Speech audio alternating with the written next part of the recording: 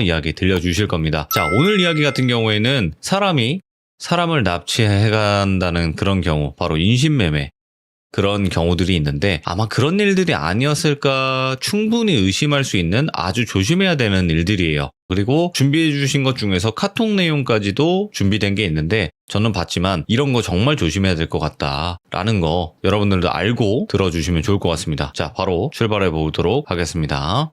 재진성님 안녕하세요. 네, 안녕하세요. 오랜만에 뵙는 것 같아요. 아, 네, 조금 바빴습니다.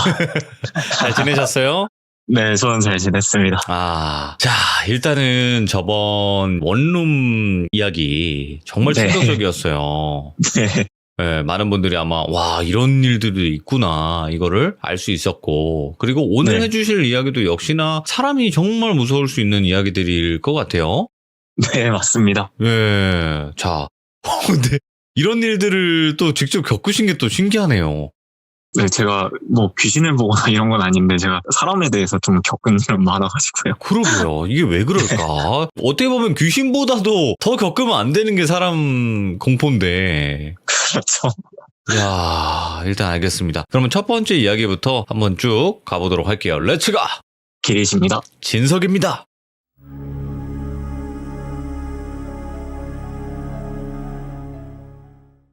제가 오늘 말씀드릴 이야기는 살면서 만난 이상한 사람들 이야기입니다. 총 3가지로 나눠서 말씀드릴 건데 일단 첫 번째 이야기는 군대 훈련소에서 만난 말년병장의 실체입니다. 제가 20대 초반에 같은 대학에서 만난 썸녀가 있었어요. 근데 저는 이제 뭐 군대를 가야 되는 상황이었고 사람이 염치가 있지 군대 가는 놈이 군대 가기 전에 여자한테 고백하고 기다려달라는 말하기가 좀 너무 염치 없는 행동이었잖아요. 예. 그래서 그냥 마음을 잡고 말도 안 하고 저는 군 입대를 했습니다. 이렇게 군 입대를 해서 춘천 대기보충대에서 이제 훈련소 배치 전에 대기하는데 그때는 정말 아무것도 뭐 하는 것도 없고 시간도 너무 안 가니까 이게 사람이 간사한 게 그 상황이 막상 오니까 인생에 대해서 막 돌아보게 되고 이런저런 생각하다 보니까 그 썸녀한테 고백 못하고 온 게 너무 후회가 되더라고요. 아이고, 예. 그래도 일단은 군대 가기 전에 썸녀 연락처랑 주소는 수첩에다가 다 적어가지고 가니까 그래가지고 그렇게 입대를 했고 보충대에서 훈련소 배치 받고 나서 가기 전에 한번 편지를 보냈어요. 네. 보냈는데 다행히 훈련소에 있을 때 그 썸녀한테 인터넷 편지라는 걸로 해서 답장이 왔고 그 당시 저는 강원도에 있는 훈련소로 배치받았거든요. 근데 그 썸녀가 인터넷 편지로 써준 답장 내용이 보니까 훈련소로 보면 거기 자기가 아는 친한 오빠가 여기 훈련소에서 병장으로 지금 군생활 중에 있대요. 그래서 잘 말해가지고 도움을 주거나 뭐 아니면 몰래 전화통화하게 해줄까? 뭐 이런 내용이었습니다. 그래서 솔깃하니까 지금 뭐 군대가 어떤지는 몰라도 그 당시에는 핸드폰도 못 쓰고 뭐 훈련소에서 훈련병이 무슨 큰일이 나지 않는 이상은 다른 사람한테 뭐 전화는 꿈도 못 꾸는 그런 상황이었거든요. 네. 그래서 사회랑도 단절되고 여러 사람들이랑 통화도 너무 하고 싶으니까 나 꼭 전화하고 싶다고 부모님한테도 하고 싶고 뭐 친구한테도 하고 싶고 이렇게 그 병장 오빠한테 잘 좀 말해달라고 그 썸녀한테 편지를 보냈어요. 그래서 손편지를 보내니까 한 4, 5일 정도가 걸려가지고 4, 5일 정도 후에 편지를 읽었는지 저는 생활관에 쉬고 있었는데 어떤 말년병장이 찾아와서 이렇게 말하더라고요. 썸녀 이름 부르면서 네가 걔 친구라며 이러는 거예요. 그래서 저는 네 맞습니다 이랬더니 그 병장이 이제 엄청 친절하게 나 곧 전역하니까 그냥 편하게 형이라고 부르라고 전화 통화하고 싶으면 언제든지 통화하게 해줄 거고 지금 바로 부모님한테 통화하러 갈래? 이러면서 끌고 가는 거예요. 오. 그래가지고 너무 고마워가지고 그 당일날 그 말년병장 덕분에 저는 썸녀랑 통화도 하고 부모님 그리고 뭐 친구, 뭐 지인들한테 그날만이 아니라 그냥 거의 매일 일과를 마치고 전화를 거의 밥 먹듯이 했거든요. 가끔가다 이제 뭐 흡연도 할 수 있게 해줘가지고 정말 진짜 고마운 형이라고 느꼈는데 엄청 인상도 좋으시고 그 여성분들이 흔히들 말씀하시는 그 교회 오빠 느낌? 그런 신뢰가는 그런 스타일이셨거든요. 근데 한 가지 조금 이상한 구석이 있으면은 제가 친구들한테 전화하고 있으면은 그 말년병장은 아무 데도 안 가고 제 옆에서 계속 저를 힐끔힐끔 쳐다보면서 약간 쎄한 미소 짓고 그 종이에 뭐를 막 필기를 하고 있더라고요. 근데 그 당시에는 이제 저는 훈련병이니까 제가 혼자 돌아다니면 좀 문제가 될 수 있는 상황이 있으니까 그 옆에서 그냥 기다려주는 줄 알았습니다. 근데 그 종이에 이제 뭐가 적혀 있는지는 그 당시에 보질 않았으니까 모르는 상태에서요. 그렇게 이제 시간은 지났고 저는 자대 배치를 받고 그 이후에 말년병자도 아마 얼마 안 돼가지고 전역을 하게 됐을 거예요. 근데 또 아쉽게도 제가 자대 배치 받고 얼마 안 돼서 그때 당시 썸녀랑 연락을 몇 번 했는데 썸녀는 다른 남자친구가 생겨가지고 저랑 연락이 끊겼고 어찌저찌 하다가 저도 전역을 하게 됐어요. 이제 시간이 흘러서. 제가 전역하고 얼마 안 돼가지고 다니던 대학 동기 모임을 한다고 해서 오랜만에 동기들 얼굴도 볼 겸 그 자리에 참석을 하게 됐습니다. 네. 근데 그 동기 모임에는 군대 가기 전에 썸 탔던 그 누나도 그 자리에 있었는데 너무 오랜만이라서 이런저런 얘기 나누다 보니까 그때 그 군대에서 만난 그 말년병장에 대해서 몰랐던 사실을 듣게 되는데요. 말년병장이 자기 전역하고 나서 그 썸녀 집 앞까지 찾아와가지고 네. 선물도 주고 고백하고 그랬다더라고요. 그래서 뭐 그런가 보다 하고 그것도 넘어가고 있는데 근데 썸녀가 병장한테 집 주소를 알려주지도 않았대요. 본인 집 주소를 어떻게 알았는지도 모르겠고 맨날 자기 학교 끝나거나 알바 끝나면은 집 앞에 매번 기다리고 막 스토커처럼 따라다녀가지고 너무 무서웠다고 하더라고요. 근데 이제 저는 그 말을 듣고 살짝 조금 이해가 안 돼가지고 물어봤죠. 그때 친한 오빠라고 했으니까 뭐 집 주소 정도는 알 수 있는 거 아니냐고 이렇게 말했더니 그 누나가 그러더라고요. 그 당시에 이제 저랑 썸 타는 상황이었으니까 쪽팔려서 솔직하게 얘기를 못했는데 그 오빠랑 사실 안 친하고 안지도 얼마 안 됐었대요. 친한 오빠가 아니라 소개팅 앱에서 알게 됐다는 거예요. 근데 그 병장이 썸녀한테 계속 작업을 걸어서 가끔가다 연락은 하긴 했는데 다른 지역 사람이고 만나기도 싫어서 어디 산다고 알려준 적도 없고 그 누나도 그렇게 말하더라고요. 교회 오빠같이 생긴 건 맞는데 몇 번 대화를 하다 보면은 어딘가 모르게 그냥 조금 음흉하고 음침한 느낌이 났대요. 그래서 기분 나빠가지고 사실 연락도 거의 안 하고 있었는데 연락을 먼저 하게 된 이유가 저한테 이제 마음이 조금 있는 상태였는데 군대를 제가 그냥 가버렸고 어떻게 저랑 연락을 하고 싶고 도움을 줄 수 있을까 해서 훈련소에 입소했다는 말 듣고 그 말년병장한테 어쩔 수 없이 한번 먼저 연락을 해본 거라 그러더라고요. 그 뒤로 이제 병장이 귀찮게 해서 연락을 안 했는데 연락 안 하니까 전역하고 나서부터 집 앞까지 막 찾아오고 스토킹 같은 걸 당해서 너무 힘들었대요. 다행히 근데 그 스토킹 당하고 나서 얼마 안 돼가지고 썸녀였던 그 누나 친오빠랑 부모님이랑 해서 뭐 원만하게 합의 봐가지고 그 당시에는 괜찮다고 했었는데 집 주소를 이제 알려준 적이 없는데 도대체 어떻게 알아냈는지 너무 궁금했대요. 그래가지고 혹시 너가 알려준 거 아니야? 이렇게 저한테 물어보는 거예요. 근데요, 저도 그 병장한테 그 누나 집 주소를 알려준 적도 없고 또 그게 상대방 동의 없이 원래 그런 걸 알려주면 안 되는 거잖아요. 아무튼 그 말 듣고 저 혼자 곰곰이 좀 생각을 해봤거든요. 근데 머릿속에 퍼즐이 좀 하나둘씩 맞춰지더라고요. 왜 아까 말년병장이 저 통화할 때 어디 안 가고 옆에서 뭐 막 적었다고 했잖아요. 근데 그 뭔가 적은 게 그 썸녀 주소였던 것 같은 거예요. 제가 이제 수첩에 이름, 연락처 이렇게 적고 편지를 보내야 되는 사람들한테는 보내야 되니까 편지 보낼 사람은 전화번호 윗칸에 따로 주소도 같이 적어가지고 입대를 했거든요. 그래서 그때 제가 전화하려고 수첩을 펼칠 때나 아니면은 펼치고 통화할 때 그때 살짝씩 보고 메모를 한 것 같아요. 근데 이것뿐만이 아니라 그 제가 자대 배치 받고 그때 이제 수첩에 적어왔던 썸녀 말고 다른 몇몇 여사친들한테도 안부 차원에서 연락을 했을 때 그때 그냥 얼추 들은 얘기가 있었는데 어느 날 갑자기 어떤 모르는 남자한테 연락이 왔다. 근데 무슨 이상한 변태같이 신음소리를 대거나 또 어떤 다른 여자애한테는 강남역에 그 여자가 최근에 한 6개월 정도 간 적이 없는데 한 5개월 전에 제가 강남역 근처 술집에서 그쪽 번호 땄는데 혹시 기억나시냐고 이런 식으로 또 물어봤다고 했고 또 어떤 여자애한테는 모르는 이름으로 집에 그냥 편지가 왔었다고 이렇게 얘기를 하더라고요. 편지 내용 같은 경우는 뭐 당신을 사랑한다? 뭐 이런 식으로 적혀 있었다고 해서 그 당시에는 저는 무슨 상황인지 모르니까 아 세상에 별 이상한 놈 다 있구나 이렇게 생각하고 넘어갔는데 그 대학 동기 모임에서 그 썸녀 누나가 해준 말 들으니까 하나둘씩 다 이해가 되는 거예요. 그 병장 전역한 시점이랑 여자애들이랑 연락한 시점이랑 비슷했거든요.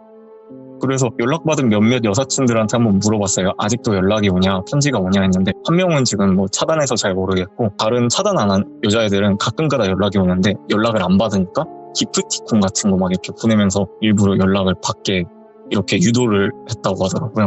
그래서 이제 결국에는 본인이랑 관계도 없고 모르는 사람한테도 계속 전화를 한 거잖아요.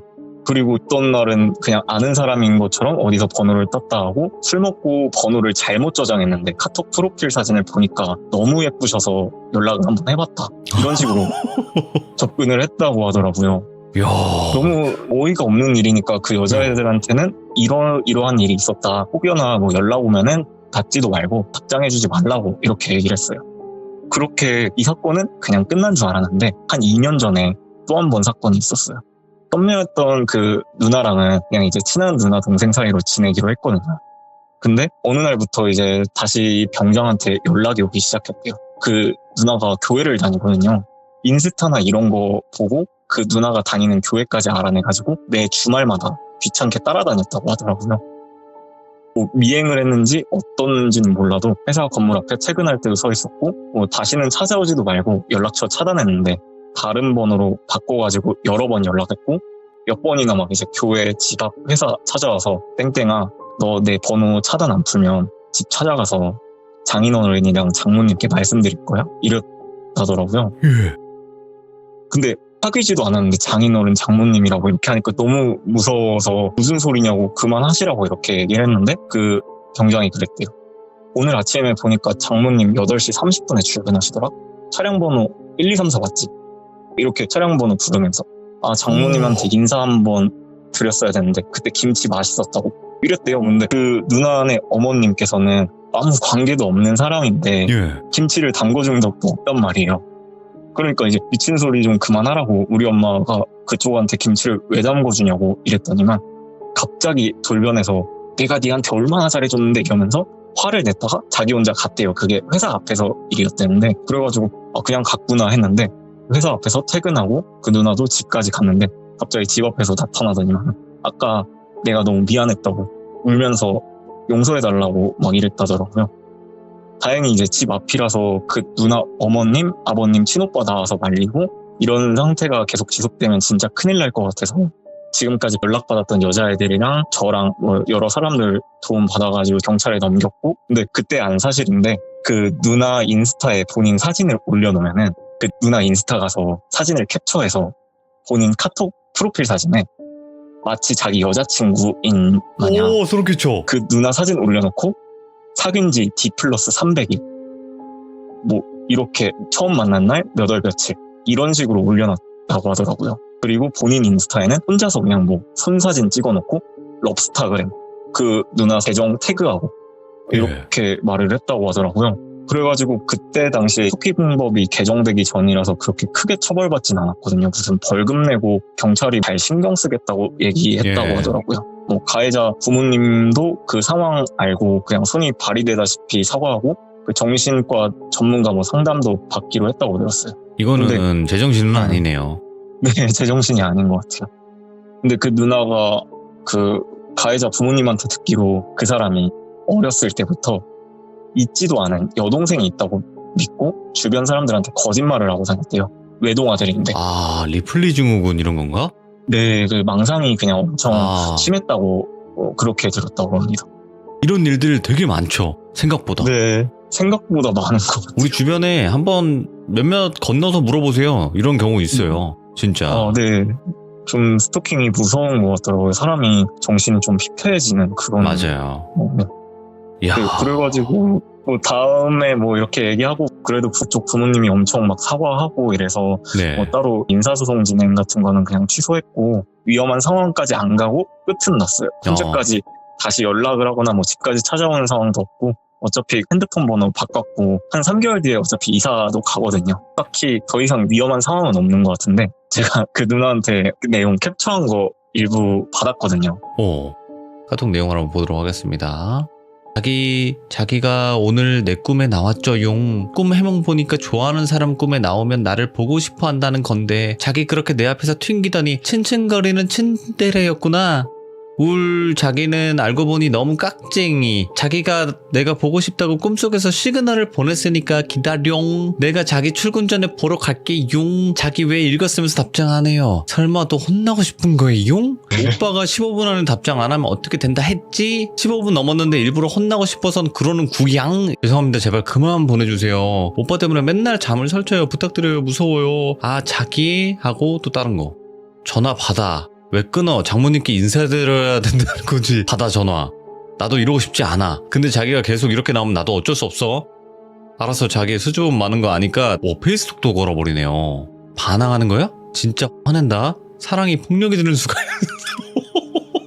그쪽 때문에 이미 출근했어요. 저희는 사랑을 나눈 적도 없고요. 너 지금 뭐 하는 거야? 이전 대화 내용이랑 다 증거로 제출할 거니까 이제 그만하자. 그리고 또 뭐야?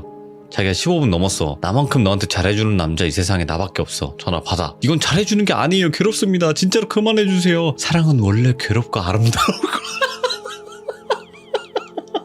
아니 사랑은 원래 괴롭고 아름다운 거래. 집 앞에 갈게 나와. 우린 만나서 대화가 필요해. 고작 이런 카톡 따위로 내 마음을 표현하지 못한다고?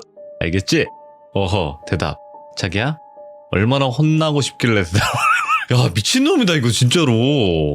네, 제가 봤을 때는 그러더라고요.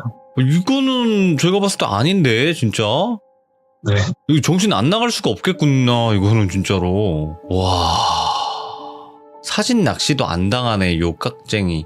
와 이거 진짜 심하다. 지금 카톡 내용을 보고 있는데 와 계속 같은 말을 반복하네요. 네. 답장을 안 하는데도 이렇게 하는 거예요. 야 이거 그거 그 유지태 대사 나왔다. 그 밑에 이 사진을 보낸 게 네. 15분이 지났다고 이걸 스톱워치로 재고 있었던 거래요.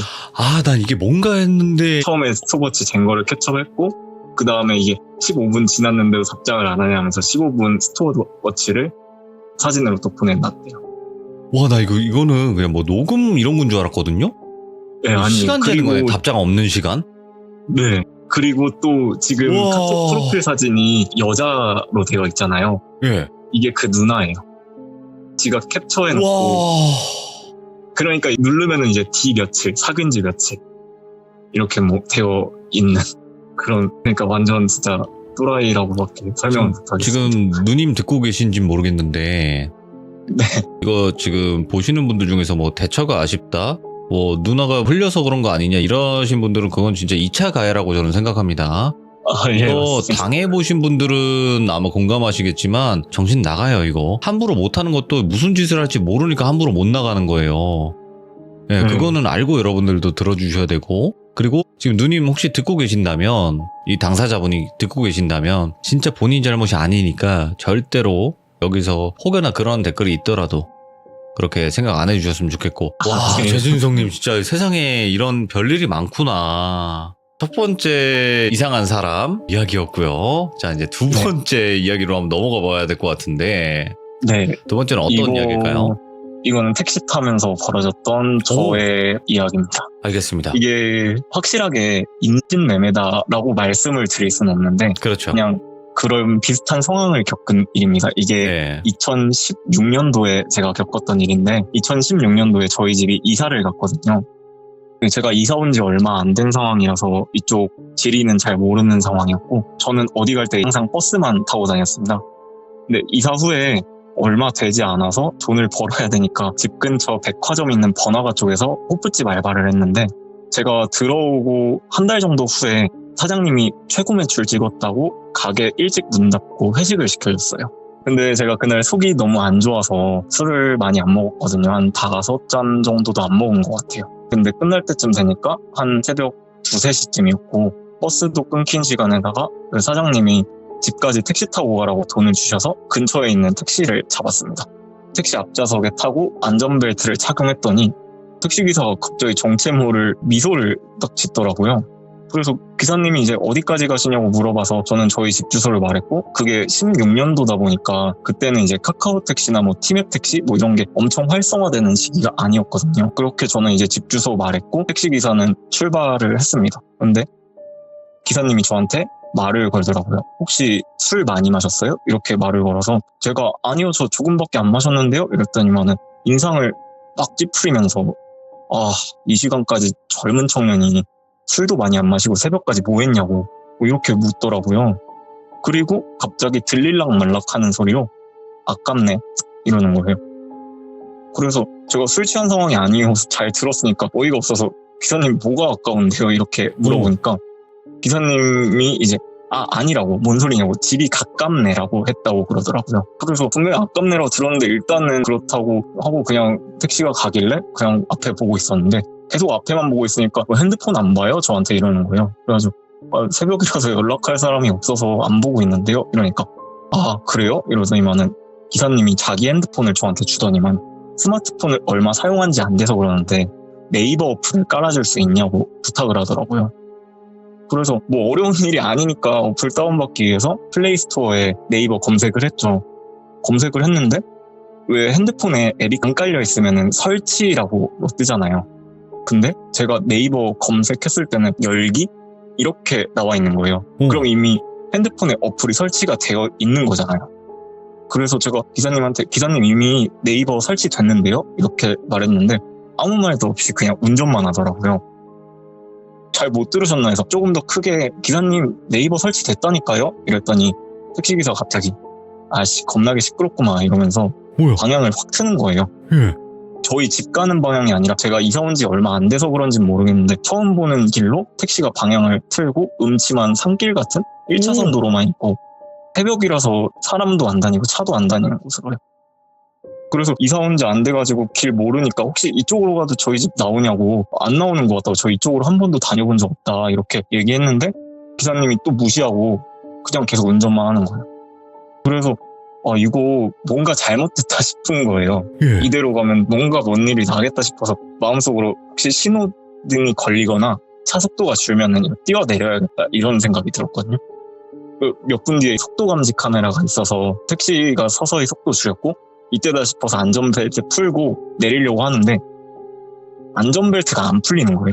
그래서 제 머릿속에 이제 막 5만 가지 생각이 다 드는 거죠. 나 막 이대로 죽는 건가 싶기도 하고 막 그때는 지금보다 좀 어렸으니까 예. 막 식은땀만 나더라고요. 이게 뭐 사람들한테 얘기하면은 뭐 경찰에 연락하지 그랬냐 뭐 이렇게 뭐 얘기하는데 근데 그 호랑이 굴에 들어가도 뭐 정신만 차리면 산다는 습관이 있잖아요. 네. 근데 막상 호랑이 굴 안에 호랑이가 앞에 있는데 정신 똑바로 차릴 사람이 몇 명이나 되겠어요. 맞아요. 진짜 막 거의 멍하고 뇌 정지 상태였는데 그렇게 이제 택시는 계속 이상한 산길로만 가다 보니까 다행히 그래도 큰 대로변이 나왔고 앞에 반짝이는 게 보이더라고요. 지나가던 경찰차였고 창문 열고 진짜 있는 힘고 엄청 소리 질렀거든요. 살려달라고.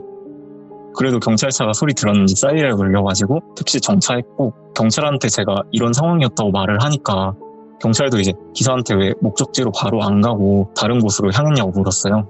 그랬더니 택시기사가 하는 말이 미안하다고 밥벌이가 너무 어려워서 술 마신 사람 있으면 몰래 조금씩 돌아간다고 그러더라고요.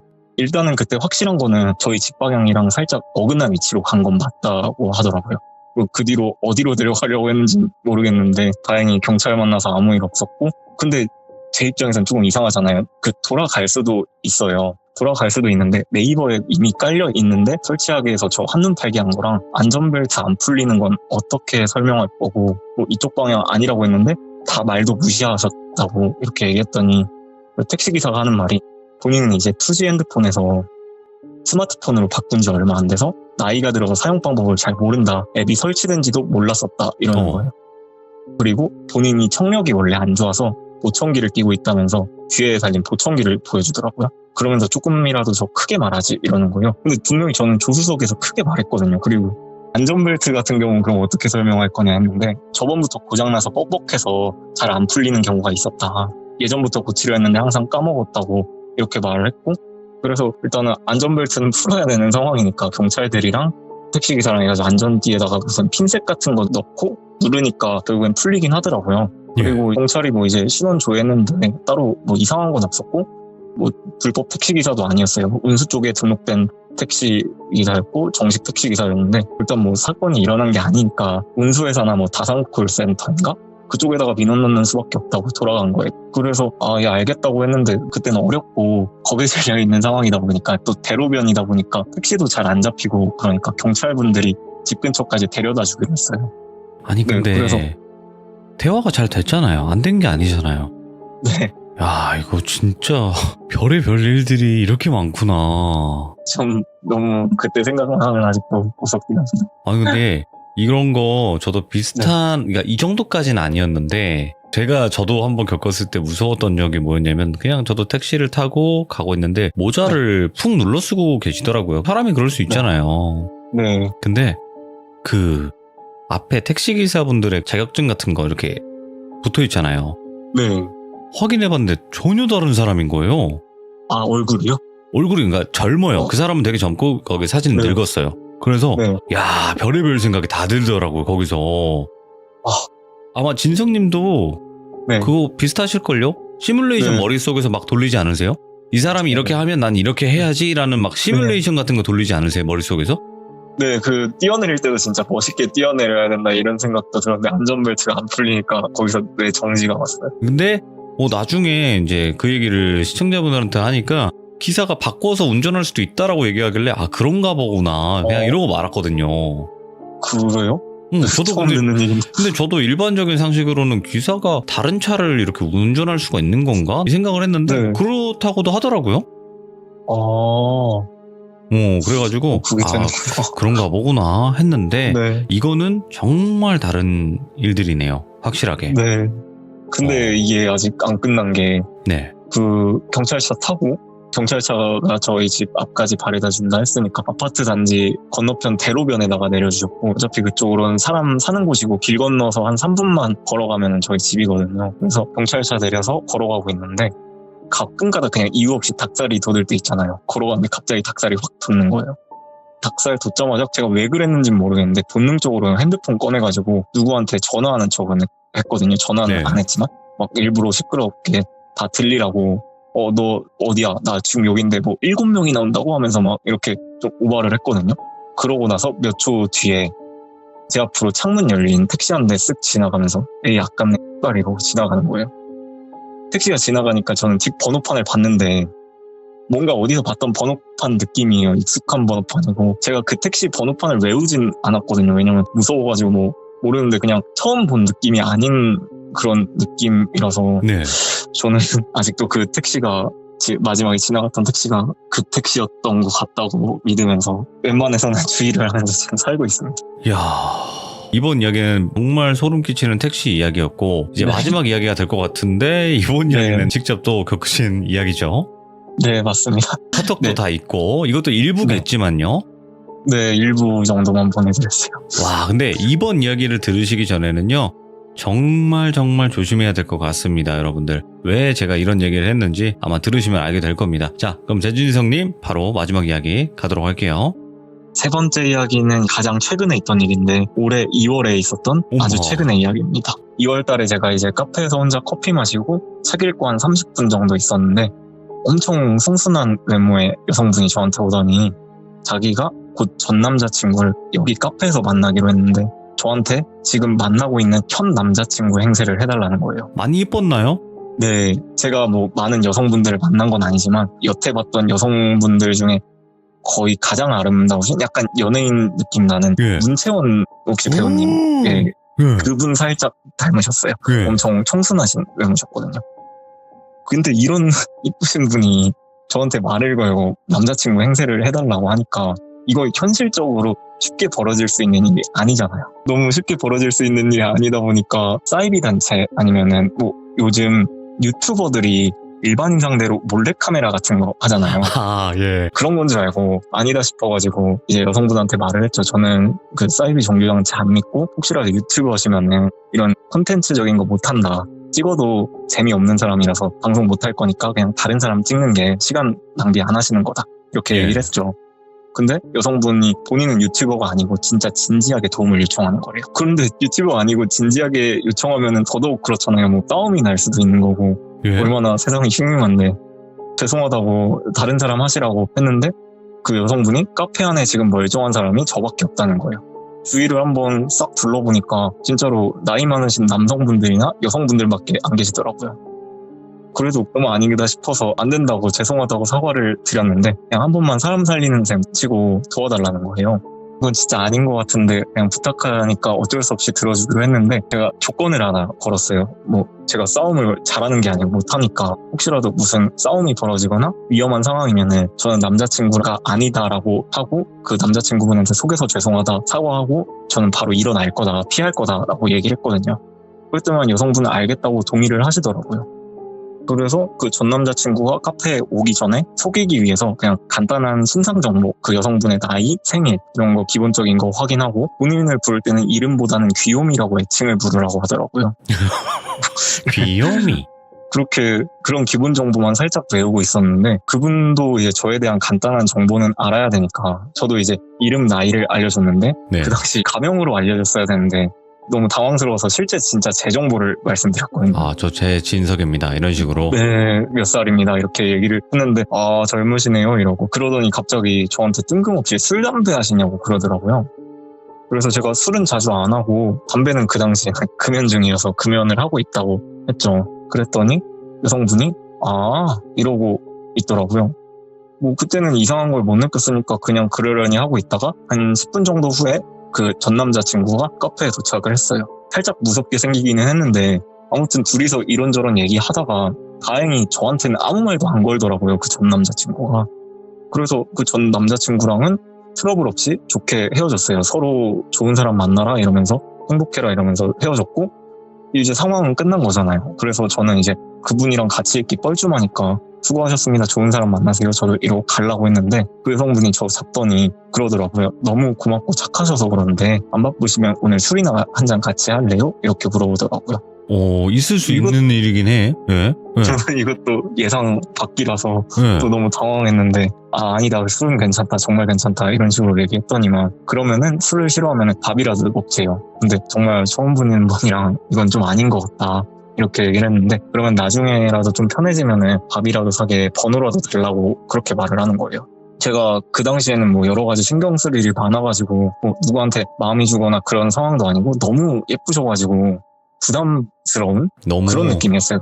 그래서 너무 예쁘셔서 저랑은 안 맞으실 것 같다. 더 멋진 남자분 만나시게 될 거다 하고 카페를 나왔는데 그 여성분이 저를 계속 쫓아오면서 번호를 달라는 거예요. 그날 이제 카페에 갔다가 약속이 없어가지고 제가 집 가는 길이었거든요. 예. 거의 집 근처까지 따라오니까 이대로면 집 앞까지 따라올 것 같아서 이건 좀 아닌 것 같다고 정말 가시라고 이랬더니 갑자기 이 근처 사시는 거죠? 이러는 거예요 저한테. 예.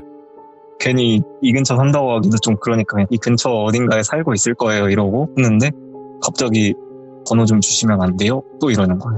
진짜 괜찮다고 가시라고 좀 화를 냈거든요. 이게 너무 귀찮은 상황이니까.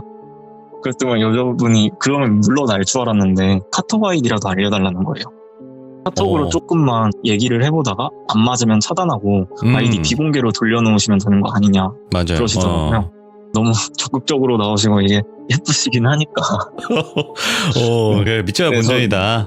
네, 너무 어색해서 그 자리 벗어나고 싶었던 이유도 있고 해서 그 자리에서 이제 카톡 아이디를 알려주고 그렇게 헤어지고 저는 집으로 들어갔죠. 집 와서 몇 시간 뒤에 그 여성분이 저한테 카톡을 하더라고요. 잘 들어갔는지 언제 술이나 한번 해요 이런 식으로 몇 번 연락을 주고받는데 그러다가 갑자기 여성분이 그 당일날 저한테 낚시 좋아하세요? 이러는 거예요. 그래서 저 뭐 좋아하는 편이다 이렇게 얘기를 했는데 지금 저랑 그 여성분이랑 알고 지낸 지 하루도 안 된 사이인데 대뜸 자기도 낚시 좋아한다고 1박 2일로 낚시를 가자는 거예요. 단 둘이서. 어디로요? 제부도. 제부도? 네. 뭔가 좀 이상한 상황이기도 하고 제가 살짝 유교보이라서 이런 상황이 좀 이해도 안 되는 거예요. 유교보이. 예. 그래서 이거 애들한테 한번 물어보고 카톡을 해야겠다면서 애들한테 좀 여론조사 비슷한 걸 했거든요. 이런 상황이다. 그러면서 이제 카톡을 안 읽고 있었는데 안 읽고 있으니까 노출이 조금 심한 본인 사진을 좀 벗고 있는 사진을 저한테 보내더라고요. 나 살 너무 많이 쪘지? 이러면서. 이거 너무 이상하잖아요. 그래서 진짜 아니다 싶어서 제가 수고하세요 이러고 차단하려고 했는데 그 사람이 마지막에 그러더라고요. 너 땡땡동 근처 산다고 했지? 내가 네 못 찾을 것 같아? 이런 식으로 카톡을 보내고 갑자기 보이스톡이 오더라고요. 근데 너무 무서워서 당연히 안 받았죠. 너무 당황스럽고 무서운 상황이라서 보이스톡 거절하고 그 여자는 차단을 하긴 했는데 시간 지나가지고 다른 사람한테 카톡이랑 보이스톡이 또 오더라고요.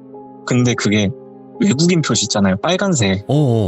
그걸로 와가지고 외국인한테 연락이 온 것 같더라고요. 사진은 안 뜨고 빨간색 지구본 모양 떠져 있고 그걸로 와서 이거 뭐야 하면서 이제 그 사람도 바로 차단을 하고 이대로 안 되겠다 싶어서 카톡 아이디도 비공개를 돌려놓으려고 했는데 갑자기 뭐 한문으로 해가지고 연락이 오더라고요. 중국어 비슷한 한문으로.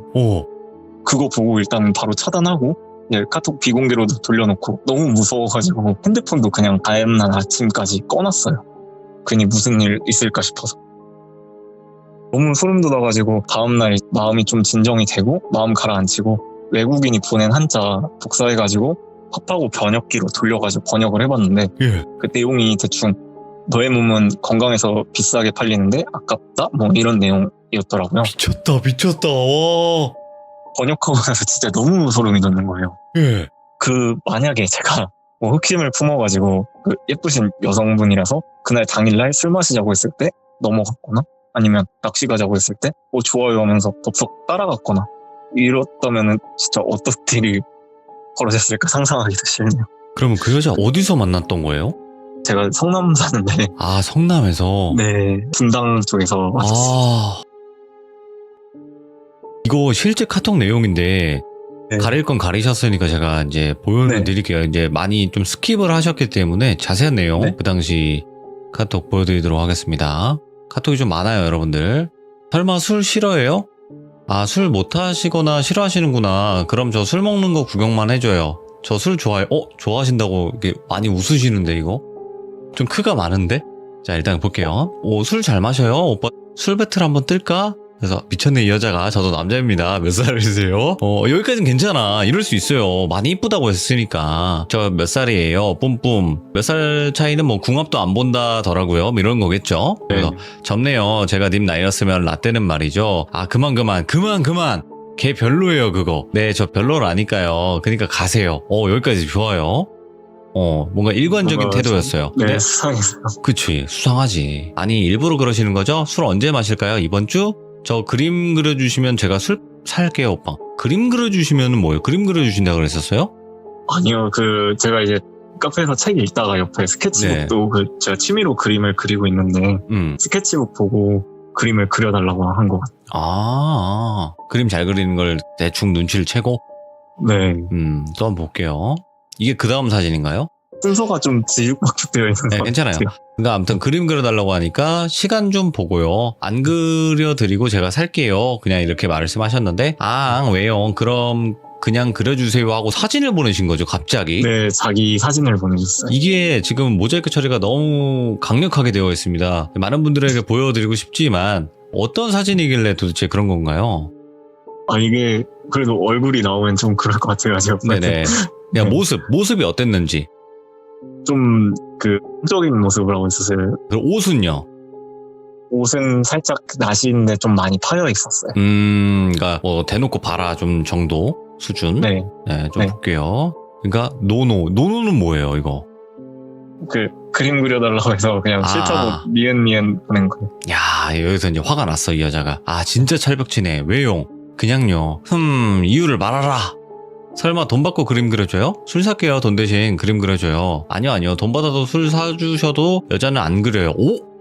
여자는 안 그려요. 그러니까 이상하다는 걸 확실히 느끼셨네요, 이때는. 네. 그래서 거짓말. 아까 카페에서 여자 그렸잖아요. 뭐라요? 마음에 안 들면 안 된다고 해요. 괜히 상처 주시네. 일단은 너무 비정상적인 사진을 갑자기 보내고. 자, 그 다음. 죄송해요. 많이 놀라셨죠? 진짜 이게 처음 카톡인 것 같아요. 이게 처음 카톡이에요? 네. 순서가 바뀌었구나. 네. 이렇게. 아니요. 엄청 이쁘세요. 근데 너무 갑작스러우세요. 천천히 알아갑시다, 그럼. 이런 식으로 했었다. 분명 저보다 좋은 사람 만나실 수 있어요. 아쉽네요. 이런 상황이 아니었으면 저도 잘해보고 싶었는데. 헐, 저 차인 거? 저 그런 거 다 이해할 수 있는데 원래 예술가는 바쁘잖아요. 진짜 놓치면 후회할 것 같아서 그래요. 누구 사귀시는 여자 없으면 조금만 알아가다가 진짜 마음에 안 들면 연락 그만두셔도 되는데 부탁드려요. 미쳤네. 저 그렇게 좋은 사람 아니고 알아가면 더 이상할 수도 있음요. 괜히 그러지 마시고. 아니에요, 오빠라고 불러도 되죠. 처음부터 그렇게 이상한 부탁 들어주시고 인상이 선하게 생겼는데 어떻게 좋은 사람이 아니에요. 목소리도 뭔가 멋있다. 인정해요. 목소리 멋있어요. 오케이, 콜. 나중에 기회 되면 한번 봅시다. 밥이나 한 끼 사드릴게요. 싫어요. 밥 말고 술 먹자니까요. 계속 술로 유도를 하네요. 네. 그리고 좀 여유 있을 때 만나면 찐사랑했을 텐데 까비요. 뭐야 이건 또. 왜 유혹을 자꾸 뿌리치지 못하세요, 확실하게. 제가 잘못한 것 같아요, 이런 거. 그래요. 일단은 이럴 수 있습니다. 그럼 기다릴게요. 오빠 여유 생길 때까지. 사귀지만 않으면 되는 거죠? 나 자신 있어. 어차피 오빠도 한눈 안 팔 것 같고 요즘 안 사귀고 뭐 할 거 다 하는데 뭐 꼭 사귀어야 하나? 말렸네 이거. 언제 볼까? 아무 때나요? 이젠 좀 많이 넘어가셨네요. 네. 유교보이. 오빠 언제 쉬어? 다음 주 목요일이랑 일요일 이렇게 쉬네요. 그럼 수요일 저녁 때 오빠야 퇴근하면 낚시하러 야, 여기서 나오는구나. 낚시하러 네, 갈까? 여기서 이제 뭔가 이상함을 느꼈습니다. 와, 낚시하러 갈까? 저기 저 6시에 퇴근하는데요. 그러니까요. 제부도 낚시 딱 태그해서 보여주고요. 그 다음에 오빠랑 갈 곳을 찾아봤어. 그러니까 아니 수요일에 퇴근하고 내 수요일 퇴근 혹시 차 없어요? 내 사기당해서 아픈 곳을 사기를 당하셨다. 그럼 저희 엄마 차로 가죠. 엄마 차? 네. 그게 문제가 아니라 제가 잘못 알아들은지 확인 좀 합시다. 수요일 저 퇴근하고 님 어머니 차로 가서 낚시하자고요. 저랑 단둘이? 네, 맞아요. 1박 2일. 숙소는 한 개만 예약할까요? 크가 엄청 많습니다. 님 진심입니까? 저 오늘 처음 봤고 님 이름도 몰라요. 어른 가지고 장난치는 거 아닙니다. 유교보이. 장난 아니고 진짜예요. 자, 일단은 여기서 정말 잘하신 거지. 이게 쉬운 거 아니에요. 남자분들 아실 겁니다. 이거 정말 쉬운 거 아닙니다. 이렇게 거절하신다는 거 자체가. 네. 자, 그 다음 한번 넘어가 볼게요. 이 오빠 당황했네? 처음 보는 사람끼리 헌팅 술집에서 눈 맞아서 하룻밤을 하기도 하는데 우리 수요일에 보면 두 번째니까 죄송해요. 좀 그런데 뭐가 그래? 아니 오빠 나를 지켜주면 되잖아. 뭘 지켜줘? 하룻밤을 그렇게 한다고 자기가 자기 입으로 얘기했잖아요. 그죠? 네. 희 배불러 나 이러다가 살 너무 찌는 거 아닌가 몰라 하고 사진을 보냈는데 이 푸사에 있는 사진을 보낸 거겠죠? 네. 예, 배 많이 나왔지. 작년엔 이랬는데 더 보여줄까? 봤지. 오, 이상하다. 진짜 이상하다. 이때부터. 네. 제정신이 아니구나. 이건 또 뭐야? 어때 내 갓? 네, 갓 보냈어요? 네, 읽으니까 삭제했더라고요. 그냥 완전 오픈으로. 네. 아무 실오라기 하나 안 걸치고. 많이 더웠나 보다. 근데 2월달이면 추웠는데. 그러니까 바로 유교보이님께서 왜 그러세요? 더 보고 싶으면 오빠 일 끝내고 수요일에 보자. 솔직히 싶지. 수고하세요. 아니 오빠 왜 이렇게 순둥이야. 오빠하고 보이스톡을 걸어버렸네요. 못 참고. 왜 안 받아? 야 차단했냐? 아이 띠발새끼 받으렴. 너 아까 뭐뭐 했나? 이건 뭐예요? 어디 산다고 했지. 너 저희 어디 집 근처까지 와서 못 찾을 것 같지. 너 어디 산다 했지? 못 찾을 것 같지? 네, 저희 야 동까지 나와가지고 가렸습니다. 그러고 나서 아까 제일 마지막에 말씀하신 알 수 없는 해외. 네. 그게 온 거고 여기에 네. 보시면 알 수 없음 보이스톡 취소 왜 안 받아 한국말을 하네요. 그리고 말투도 똑같고 야 차단했냐 띠발새끼 받으렴. 그리고 너 못 찾을 것 같지 하고 그리고 제일 마지막 이게 왔는데 와 잠깐만요. 야 받아라 뒤지기 싫으면 보이스톡 계속 걸어요. 그리고 야 호구같이 생겨가지고 안 걸어. 읽었네? 하고 죄송해요 점점점 하니까 받아봐 하고 죄송합니다 차단할게요 하니까 이 중국어가 온 거예요. 네. 근데 이걸 해석을 하니까 너는 신체가 건강하고 그래서 비싸게 팔려서 좋을 줄 알았는데 아깝네 이런 뜻이라는 거죠. 네, 이게 해석을 하니까 뭐 그런 와... 야 이걸 어떡하냐 진짜. 아니 왜 이게 심각하냐면요. 일단 미인계를 쓴다는 거 아니에요. 네. 근데 이거 정말로 유혹을 뿌리치기가 많이 힘들다는 것도 아마 아실 거거든요. 시청자분들도. 네.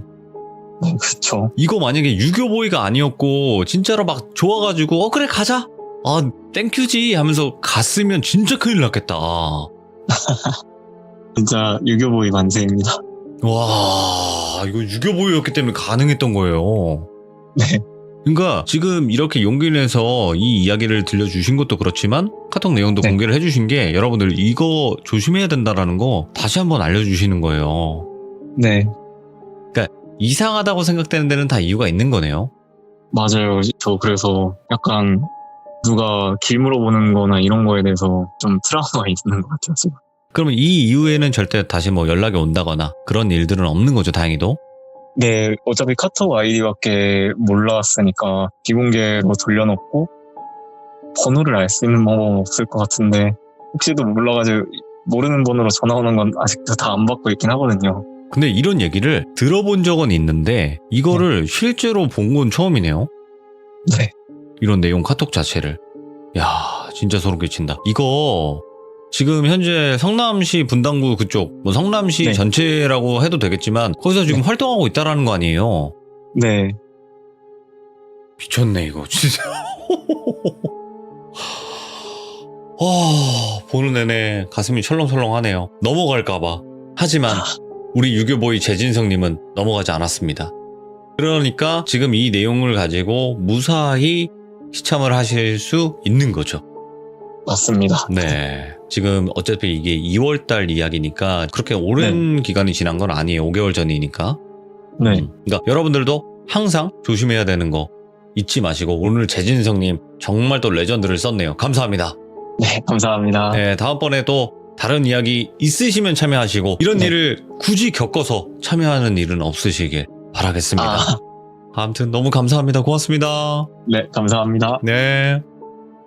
어질어질합니다, 지금. 솔직하게. 여러분들 진짜 조심하시고, 이 내용을 보셨으면 아시겠지만, 일단은 너무 이뻤대요. 정말 이쁘고, 어찌 보면 몸매도 좋아하셨겠죠? 외모 자체가 되게 이뻤을 거예요. 그러니까, 거기서 안 넘어가기에도 정말 힘든 상황이고, 넘어가기에도 이상한 상황이고, 근데 뭔가 깨름직했을 때는 한 번쯤은 더 두세 번 의심을 해보는 게 나쁘진 않을 것 같다라는 것 같습니다. 여러분들, 분명히 이렇게도 보여드렸으니까, 정말 조심해야 될 것 같다.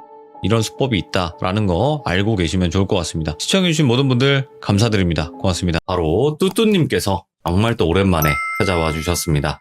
뚜뚜님께서 오늘 해주실 이야기는 두 가지 이야기가 될 것 같고요. 두 번째 이야기는 좀 무거운 이야기가 될 것 같아요. 가족에 관련된 이야기니까. 그래서 바로 한번 들어보도록 하겠습니다.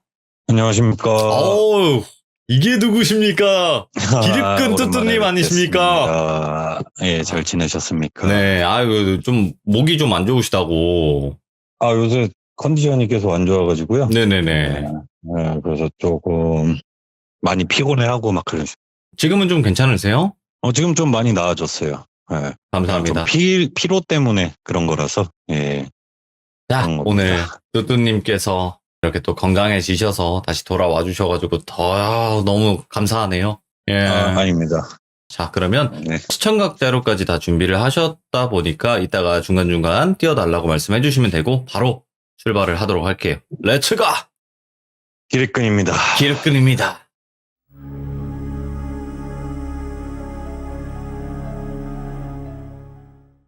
일단 첫 번째 얘기는 좀 가벼운 얘기고요. 이게 제가 항상 얘기할 때 나왔던 저희 친구 어머니 이제 무당을 하시는 현재 어머님한테 통화를 하다가 들었던 짧은 내용을 좀 들은 게 있어가지고 이거를 오늘 좀 얘기 들으면 괜찮겠다 싶어서 오늘 좀 적어봤습니다.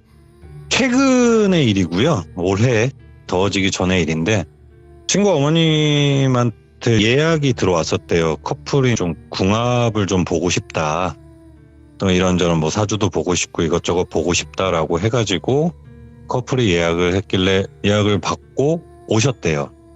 몇 달 전 얘기예요. 오셨는데 친구 어머니 말로는 여자분이랑 남자분이 들어오는데 여자분 주변에 너무 악귀가 많이 껴있더래요. 그 당시에. 들어오자마자 이거는 지금 궁합을 볼 내용이 아니구나. 얘네는 지금 궁합 문제가 아니라 저 여자분의 악기를 좀 쳐내야 되겠구나라고 생각을 하고 계셨대요. 근데 그분들은 모를 거 아니에요. 뭐 악기가 꼈는지 뭐가 꼈는지. 만난 지 얼마 안 되신 커플인데 이제 저희가 잘 맞는지 혹시나 결혼을 하면 어떨지 이렇게 보러 왔습니다라고 했는데 저희 친구 어머니가 욕을 꽤 잘하세요. 그래서 바로 좀 막말을 하셨대요. 지금 두 분은 궁합을 보러 올 게 아니라 저 여자분에 껴있는 악기부터 어떻게 제사를 지내든지 굿을 해야 된다. 부적을 써야 될 수도 있다. 뭐 이런 얘기를 하셨대요. 예. 근데 이제 그 커플들은 아무래도 기분이 나빴겠죠. 기분 좋게 서로 궁합을 보러 온 건데 갑자기 뭐 자기한테 귀신 들렸다 막 약간 이런 식으로 얘기를 하시니까 그래서 되게 기분이 나쁘게 뭐 부적 팔아먹으려고 그러는 거냐 이러면서 좀 다툼이 났었대요. 그때. 그러면서 화를 내고 이거 비용 못 준다. 우리 나가겠다. 라고 해서 나갔대요. 나가고 친구 어머님이 되게 찜찜하시더래요. 되게 너무 찜찜한데 저 그냥 보내면 안 될 것 같은데 막 이런 생각을 하고 있었는데 한 1주인가 2주 정도 있다가 그 여자분이 다른 남자랑 오셨대요. 다른 남자랑 오셨는데 다시 궁합을 보러 왔다. 네. 근데 그 전에 예약을 할 때 미리 얘기를 했었대요. 전에 다른 남자랑 온 건 얘기를 하지 마라. 얘기를 해가지고 다른 남자랑 왔길래 그냥 모르는 척하고 봤는데 그날도 이 여자분 뒤에 악기들이 막 돌아다니고 있더래요. 자기네 신당까지 따라 들어올라 그러고. 그래서 같은 얘기를 또 하셨대요. 친구 어머니가. 너는 지금 이걸 보러 올 게 아니라 궁합을 보러 올 게 아니라 지금 너 뒤에 지금 부적을 쓰던지 굿을 해야 된다. 했는데 이번에 이제 그 남자가 열이 받아서 그 신당에서 경찰까지 불렀었나 봐요. 좀 싸움이 크게 나가지고 내 여자친구한테 무슨 소리를 하냐. 어디서 이상한 사이비 막 이러면서 좀 욕을 많이 하시다가 이제 경찰까지 부르는 상황이 거기서 이제 폭행까지 조금 일어날 뻔했었대요. 오. 그 이제 친구 어머님이 당분간 예약을 받지 말아야겠다. 좀 찜찜하다라고 했는데 예약을 이제 마감을 빨리 해놔야 되겠다라고 했는데 그 여자분이 예약을 미리 또 하고 가셨다는 거예요. 나갈 때. 한 열흘 뒤에 이 시간쯤에 오겠다. 궁합을 보러 올 거다. 이러고 밖에 카운터 담당하시는 분이 따로 계세요. 예약을 하시는 분이. 그분한테 얘기를 하고 가셨대요. 그 와중에. 경찰이 오고 막 말리고 뭐 이러는 와중에. 그런데 그분은 이제 정확한 내용을 모르니까 남자분이 깽판 친 것만 봤지 여자분은 가만히 계셨으니까. 그래서 기다려보자. 그럼 다른 손님 받지 마. 당분간. 이렇게 얘기가 흘러나가는데 그 여자분이 아니나 다를까 3번째 오셨는데 또 다른 남자분이랑 오신 거예요. 그래서 친구 어머니가 그냥 안 되겠다. 얘한테 그냥 부적을 하나 써주자. 그냥 내가 찜찜해서 안 되겠다. 네. 그래서 와서 궁합을 보길래 그날은 아무 얘기도 안 하고 궁합만 그냥 봐줬대요. 근데 둘이 뭐 결혼해서 좋을 그건 아닌 것 같고 이어지면 좀 안 되는 그런 상황이었나 봐요. 그 남자분하고. 네. 그러면서 그 여자분한테 이거 내가 그냥 선물로 자주 오니까 주는 건데 지갑에 넣어놓고 다녀라. 이렇게 얘기를 하셨나 봐요. 근데 제가 이 얘기를 들으면서 궁금했던 게 돌비님한테 질문을 잠깐만 하나 해도 될까요? 네네. 혹시 무당분이 부적을 써줬을 때 부적이 까맣게 변했다는 얘기가 있으셨었나요? 그럼요. 있어요? 그러니까 받자마자 까맣게 되는 경우는 아니고 어디 붙여놨는데 나중에 가보니까 새까맣게 타버렸다. 맞아요. 제가 그걸 잘못 들었나 싶었어요. 오. 일주일 후에 부적이 까맣게 변했다고 그 여자분이 혼자 왔대요. 네. 그 까매진 부적을 들고. 오. 그래서 이때다. 얘 혼자 왔으니까 얘기를 해야겠다. 너 직업이 뭐니? 그랬더니 저는 평범한 회사원입니다. 예. 이렇게 얘기를 했대요. 그래서 친구 어머니가 너 지금 부적이 까맣게 된 게 내가 너 처음부터 악기가 너 주변에 서성이고 있고 달라붙어 있다고 얘기하지 않았니? 이거 부적 갖고 지금 될 일이 아닌 것 같다. 라고 해가지고 그 여자분한테 굿을 하자. 라고 말로는 한 3, 40분을 붙잡고 얘기를 하셨대요. 안 그러면 너 감명한다. 이런 식으로. 근데 그 여자분이 무슨 굿이냐고. 이 까맣게 된 것도 약간 사기친 거 아니냐. 뭐 색깔이 변하는 종이나 뭐 이런 식으로 얘기를 했나 봐요. 친구 어머니도 이제 답답하신 거죠. 무당 입장에서. 그럼 네 맘대로 해봐라. 근데 너 진짜 위험하다라고 얘기를 하셨나 봐요. 그래서 그 여자분이 일단 부적은 놓고 가겠습니다 하고 갔는데 한 이틀인가 있다가 자기 친동생이 몰던 차가 사고 났는데 친동생만 병원에 입원했다는 거예요. 근데 밤에 운전을 하는데 핸들이 평소랑 틀리게 꺾여야 되는데 꺾이지도 않고 안 꺾어야 될 때 꺾이더라. 이게 너무 이질적인 느낌이 와가지고 다시 찾아왔다는 거죠. 예. 그래서 사고가 나서 자기 친동생이 병원에 입원을 했다. 그래서 친구 어머니가 이제 내 말 믿겠냐. 너는 문제가 있는 거다. 라고 해가지고 굿을 하자 해서 날짜를 잡으셨대요. 그 여자분도 친구까지 다쳤고 남자들이 옆에 계속 못 붙어 있는 이유가 악기들 때문에 다가서질 못한다. 뭐 이런 식으로 얘기를 하셨나 봐요. 그러니까 뭐 여기저기 남자를 꼬시는 그런 분이 아니라 남자 친구가 오래 못 버티는 옆에 있으면 약간 그런 거였나 봐요. 그래가지고 친구 어머님이 이제 날짜를 잡았대요. 한 5월, 올해 5월이에요, 5월. 5월 며칠날 날 좋을 때 이렇게 잡으셨다고 얘기를 하시더라고요. 구슬하려고 장소 잡고 너 이제 사당으로 와라 준비 다 하고 했는데 이 여자분이 1시간이 지나도 안 오시더라는 거예요. 예. 전화를 했는데 전화는 또 안 받아요. 그래서 그 실장님한테 야 빨리 문자 계속 남기고 전화해봐라. 그래서 문자도 남겼는데 1시간, 2시간 준비 다 해놓고 안 오니까 이제 기운이 빠지는 거죠. 지금 네. 어머니 입장에서는 굿을 해야 되는데 준비를 다 했는데 그래서 그냥 접어야겠다라고 하고 있는데 문자가 띡 오더래요. 지금 병원입니다. 그래서 지금 통화가 되냐? 그래서 지금은 안 됩니다. 이따 전화를 드릴게요 하고 저녁에 전화가 오셨대요. 점집을 다 와가는데 그 장소, 약속 장소를 다 와가는데 그 동생하고 사고 날 때처럼 또 핸들이 안 꺾이더라는 거예요. 예. 심지어 자기 차도 아니고 어머니 차를 빌려서 나왔는데도. 그래서 옆에 가드레일을 들이받고 지금 병원입니다가 돼버린 거예요. 상황 자체가.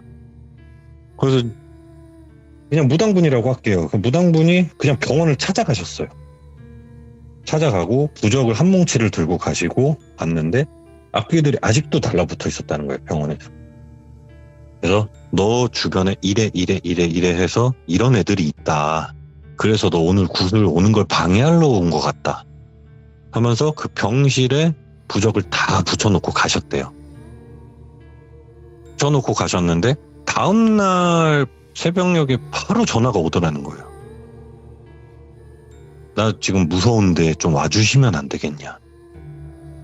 무슨 일이냐 했더니 부적 붙이고 가시고부터 희미하게 뭔가 보인다더라는 거. 뭔가 인식이 되는 희미함이 아니라 진짜 희미한 무언가가 왔다 갔다 거린다고 하는 거예요. 무섭대요. 자기 쪽을 쳐다보는 것 같아서. 예. 그래서 친구 어머니가 다시 병원을 갔어요. 갔더니 저랑 통화하면서 표현하시기를 자기가 이쪽에서 있으면서 이렇게 부적이 빠르게 사라지는 걸 처음 봤대요. 예. 부적 끝에 모서리들이 다 까맣게 변하고 있었다는 거예요. 갔는데 답답하죠. 그래서 휠체어를 태워서 데리고 왔어요. 그냥 너 굿을 해야겠다. 그래서 데리고 와서 굿을 하는데 한 놈이, 그러니까 어머님 표현을 한 놈이 그렇게 안 떨어져 나갔더라는 거예요. 예. 그래서 이걸 뭐라고 표현해야 되냐? 무당분은 소통이 되시잖아요. 귀신하고. 얘기를 했대요. 얘기를 했는데 여자분을 보냈대요. 병원으로. 네. 실장님이 차에 태워서 보내고 무슨 얘기를 했냐? 그 여자분이 예전에 교통사고를 내셨었는데 돌아가셨던 거예요. 근데 그 어머니 표현으로는 제가 잘못돼 있던 애였구나. 그래서 왜요? 뭔데요? 했더니 그 여자애가 음주운전을 해가지고 차를 쳐가지고 일가족이 좀 이렇게 됐다는 거예요. 사고가. 그래서 그때부터 달라붙어 있었다 그런 거예요. 그래서 대놓고 가서 물어봤대요. 병원을 다시 찾아가서. 너 사고 낸 적 있냐? 한 4, 5년 전에 사고가 이렇게 났다. 그럼 그 사고 난 상대방은 어떻게 했냐? 저는 보험 처리하고 연락을 안 했대. 상대방한테. 그냥 병원에 입원해 있는 거 말고 자기는 그냥 보험 처리만 하라 그러고 그냥 끝났대요. 예. 그러니까 무당 입장에서는 이거를 마음 같아서는 얘가 당하게 하고 싶은데 무당 입장에서는 그게 또 안 되잖아요. 네. 산 사람은 산 사람이고 가신 분은 가신 분이고. 그래서 그 여자애한테 대놓고 얘기를 했대요. 아마 그 사고 당했던 분들이 너한테 연락할 수 있는 상황이 아니었던 것 같다. 네 주변에 달라붙어 있었다. 이제 이해가 되겠니? 해가지고 여자분이 1시간 내내 울더래요. 몰랐다고. 몰랐었대요. 진짜로. 근데 자기는 그 사고 난 거 보험 처리해서 어떻게 청구되고 어떻게 나가는지만 듣고 그냥 말았었대요. 그래가지고 데리고 와서 사당에서 사죄시키고 떨어져 나가는 것까지 보고 나서 그 여자분한테 대놓고 얘기했대요. 다시 달라붙어도 이제 오지 말라. 나는 모르겠다. 근데 이제 저랑 통화를 하면서 친구 어머니가 그 얘기를 하시는 거죠. 진짜 몰랐을까? 정말로? 아무리 교통사고에서 상대방의 신원이 확인이 되던 안 되던 정말 몰랐을까 이 얘기를 하시는 거예요. 마지막 저한테. 그러니까 저도 듣다 보니까 점점 이상해지는 거예요. 이게. 예.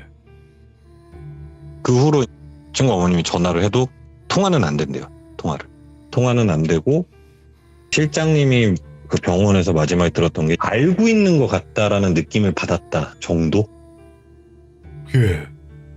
그러니까 연기를 한 거죠. 그 여자. 오. 눈물을 흘리면서 와가지고 사죄하고.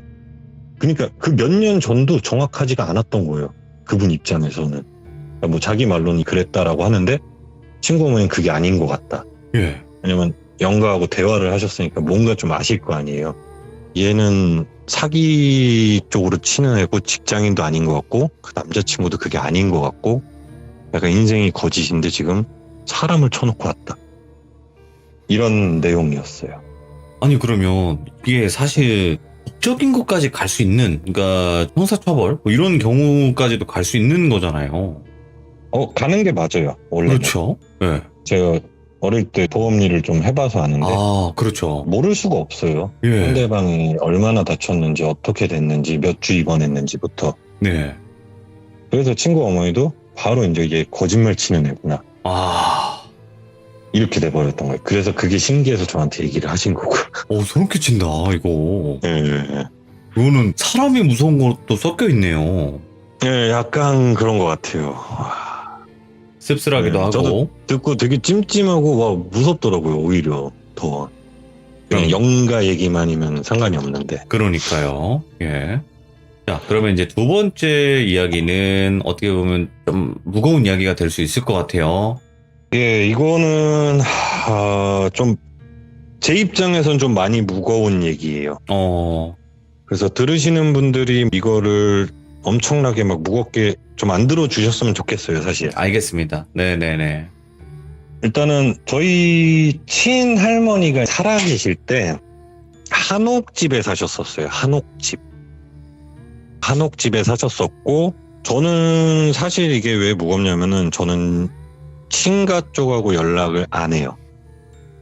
모종의 사건 이후로부터 연락을 안 하는 상황이고, 친할머니도 되게 어릴 때만 몇 번 보시고 돌아가셨던 그런 상황이에요. 근데 할머니가 살아 계실 때는 아버님이 종종 데리고 가셨죠, 저를. 종종 데리고 가셨고, 그 한옥집이 정확히 기억나는 이유가 되게 인상이 깊었어요. 그 옆에는 한옥집이 없었어요.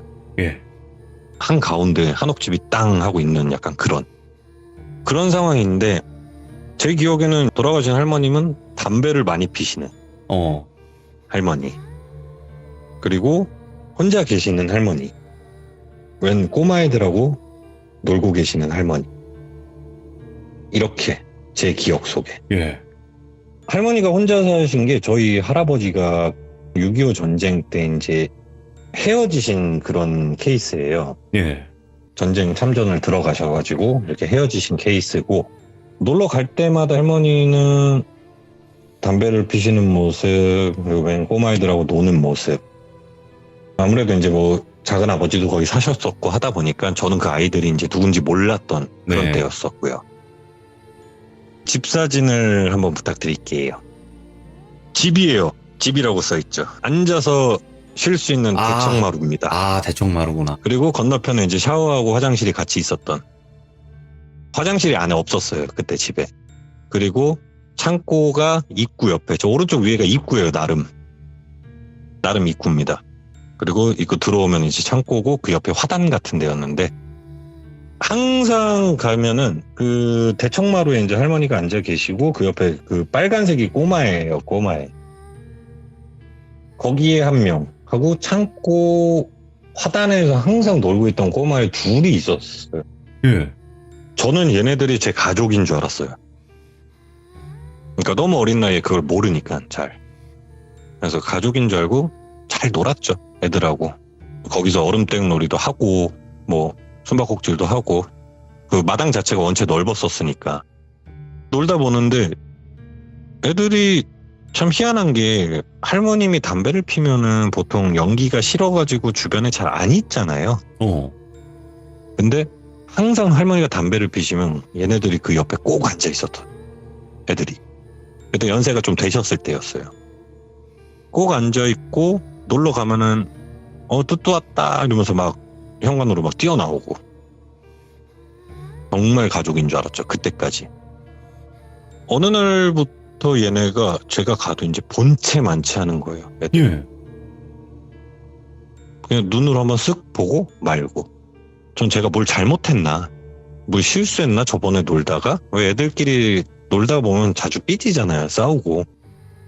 저는 그거를 생각을 했었는데 정말로 저를 사람 취급 안 하듯이 쳐다보는 거예요. 애들이. 그림 한 번만 부탁드릴게요. 진짜 이렇게 생겼어요. 옷이 좀 특이하네요? 왼쪽 애가 이제 제가 누나라고 부르던 여자였고요. 오른쪽 애가 저한테 형이라 그랬던 꼬마애였어요. 예. 근데 옷이 레이스가 달려있는 옷이었고 흰색 레이스가 달려있는 옷이었고 근데 둘 다 항상 옷은 빨간색이었어요. 빨간색. 어떻게 보면 그때는 신경을 안 쓴 거죠. 네. 뭐 신기하다 아니다 이런 것도 신경을 안 쓰고 했는데 얘네가 할머니 옆에만 계속 붙어서 다니는 거예요. 저는 이제 쳐다도 안 보고. 그래서 저도 기분이 나빠서 부모님들이 할머니 집을 가자라고 하면 저는 안 갔었어요. 얘네 때문에 삐져가지고 저도. 근데 제가 오늘 이야기가 무겁다 그랬던 게 저희 가족 친가 쪽이 제가 이런 현상을 많이 보다 보니까 되게 안 좋아했었단 말이에요. 그때. 그래서 좀 무거워진 내용인데 아버님이 무슨 일이냐 그랬더니 그 할머니 집에 애들이 나 안 놀아준다. 그랬더니 아버님 표정이 그때 되게 안 좋으셨어요. 그러냐 이러고 끝났어요.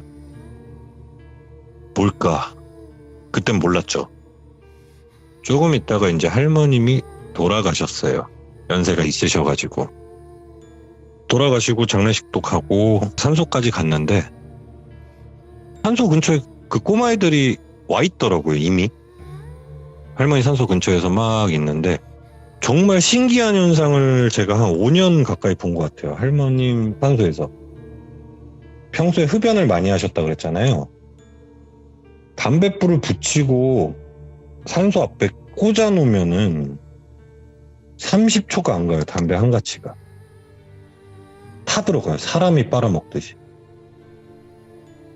되게 신기했었던 거예요. 그래서 가족분들도 이게 무슨 일인가. 할머님이 돌아가셔서도 담배를 좋아하시나 보다.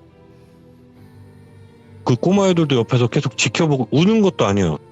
저희 가족들은 다 울고 있는데 그냥 지켜만 보고 막 산소 근처 뛰놀다가 집에 갔어요.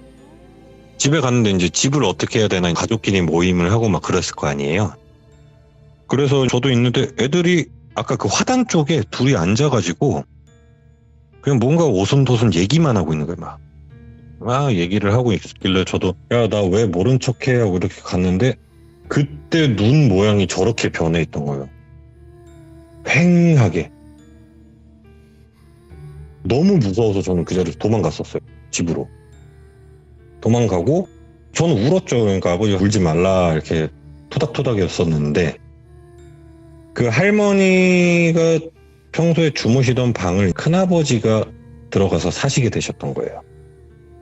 큰아버지가 들어가서 사셨을 때고 그때는 저도 너무 어린 나이고 휴대폰이 없을 때였는데 집으로 큰아버지가 자주 전화가 오시더라고요. 뚜뚜야, 너 혹시 애들 있었니? 이러는 거예요. 무슨 애들이요? 빨간 옷 입은 애들 있었니? 헐.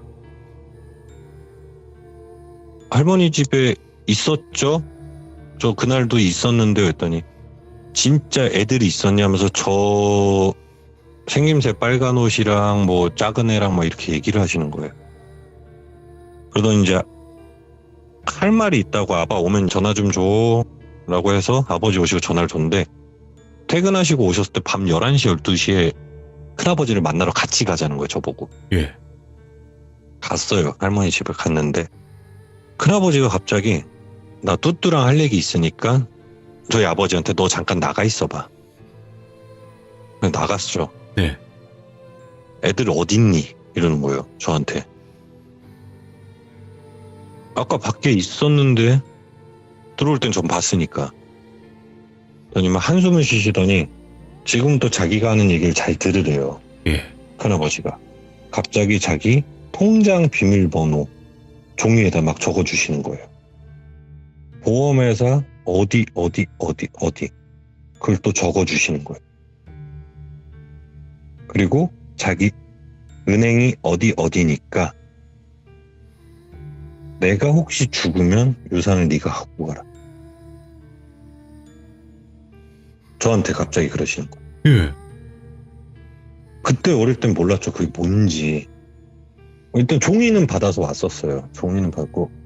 그리고 저한테 걔네랑 놀지 마 라고 하시고 이제 갔어요. 갔는데 큰아버지가 돌아가셨어요. 아, 객사로. 예. 사람이 도저히 거기서 사고를 당할 수가 없는 위치에서 객사로 가셨어요. 길에서 그냥 돌아가셨다는 거죠. 네. 술을 드셨던 것도 아니고 예. 아무것도 아니고. 그래서 이제 집이 또 뒤집어졌죠. 발칵. 뒤집어지면서 저한테 그런 내용을 얘기했다는 걸 아는 다른 친가분들이 저를 되게 무서워했죠. 그때. 이상한 거 보는 꼬맹이다 뭐 어쩐다 막 이런 얘기도 했었고. 저는 이제 멍한 거예요. 분명히 저번 주에 보고 얘기를 하셨었는데. 그래서 야 이거 대체 무슨 일인가. 참 되게 찜찜하고 이러고 있었는데 장례식을 다 치르고 화장을 했어요. 예. 그 시신이 조금 많이 뭔가 좀 훼손이 있었나 봐요. 진짜. 그래서 화장을 하고 있는데 마지막 사고가 또 터져요. 이제 그 집을 정리를 하려고 그랬었어요. 네. 가족들이 모여서 7남매셨어요. 아버님이. 7남매 중에 이제 작은 고모님이 그 집을 정리를 하겠다. 예. 청소 내가 하고 짐 다 하고 뭐 태울 거 태우고 이렇게 해야겠다라고 했는데 집이 그 동네 소문이 나가지고 안 팔리더라고요. 제 기억에는 아마 안 팔렸던 걸로 기억해요. 이거는 뭐 믿으시든 안 믿으시든 상관은 없지만 그냥 제가 좀 힘들게 꺼낸 얘기라고 좀 봐주셨으면 좋겠습니다. 네네. 집을 정리하던 작은 고모님이 급성암에 걸려서 또 돌아가셨어요. 예. 그래서 또 장례를 치렀죠. 3달 사이에 장례식이 3번 나온 거예요. 근데 작은 고모님이 이제 그 얘기를 하고 가셨다는 거예요.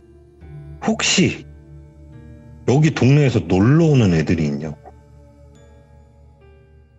집에 어떻게 들어오냐.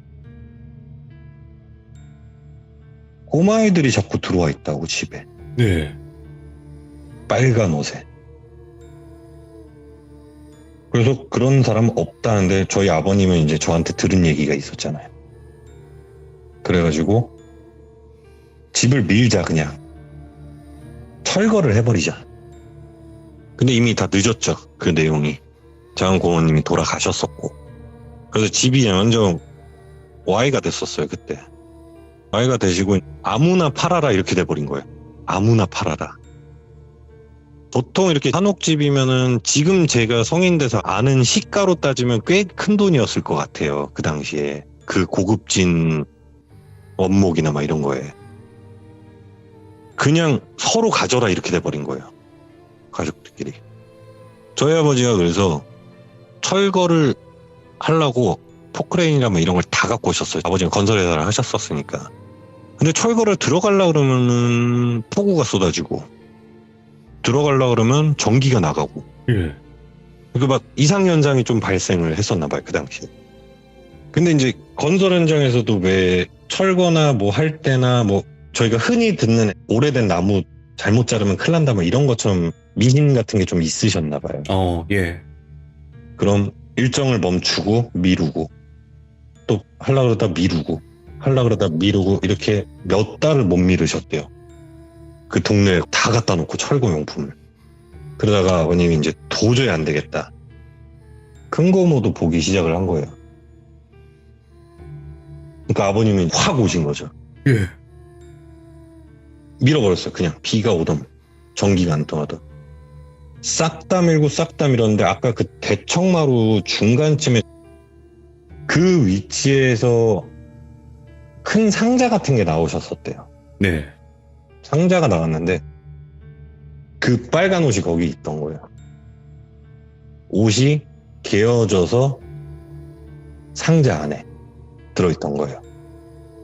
그래서 그 자리에서 불태워 버리셨어요. 아버님이. 그리고 불태워 버리고부터 큰 고모 이제 그런 거 안 보인다 그러고. 예. 근데 옷이 들어있다고는 정확히 얘기를 해주셨었는데 다른 건 모르겠어요. 정말. 큰 상자가 나왔다고만 얘기했었어요. 태우고 보내고 하고 이제 거기를 다 없앴잖아요. 그 다음부터 이제 큰 고모도 그렇고 뭐 다른 작은 아버지도 그렇고 이제 안 보인다고 하시더라고요.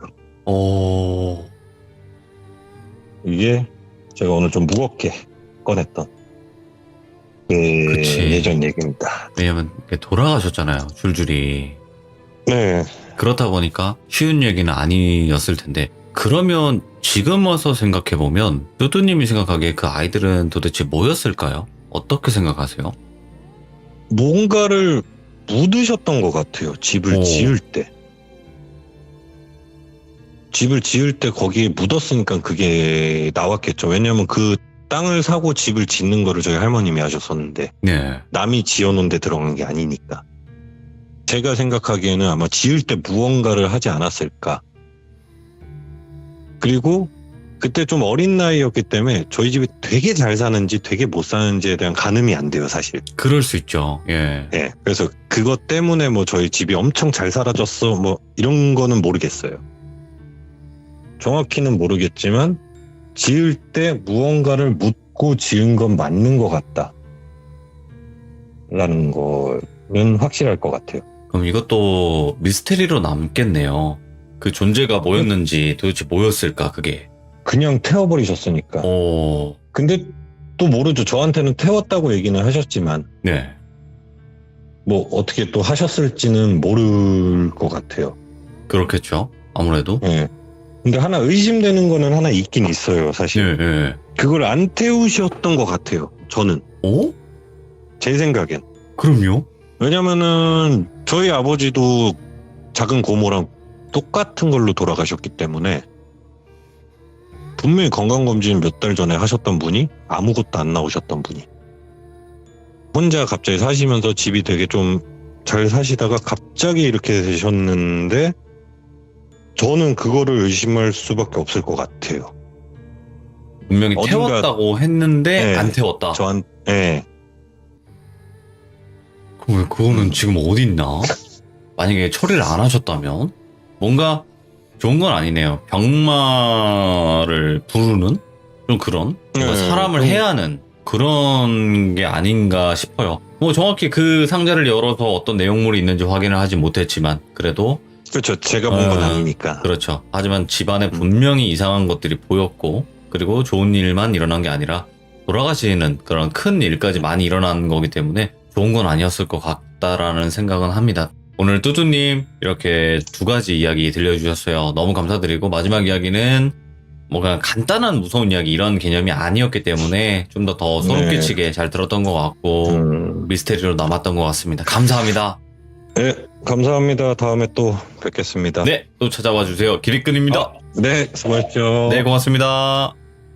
자, 오늘 뚜뚜님의 두 가지 이야기 정말 또 소름 끼치게 잘 들었고 첫 번째 이야기는 사람과 또 귀신 두 개가 섞인 무서운 이야기가 아니었나 싶고 두 번째는 가족분들이 돌아가시게 된 정말 또 큰 일이 아니었나 그렇게 또 생각을 해보게 됩니다. 시청해주신 여러분들도 여러 가지 일들이 많으실 거예요. 우리 집안 일도 있을 수도 있고요. 아니면 그냥 첫 번째 이야기처럼 어떤 무당과 관련된 소름 끼치는 이야기가 있을 수도 있다고 봅니다. 여러분들의 제보 기다리고 있습니다. 바로 여기 위에 카톡 아이디 DOLB 74개로 연락을 주시면 될 것 같습니다. 감사합니다. 사랑합니다.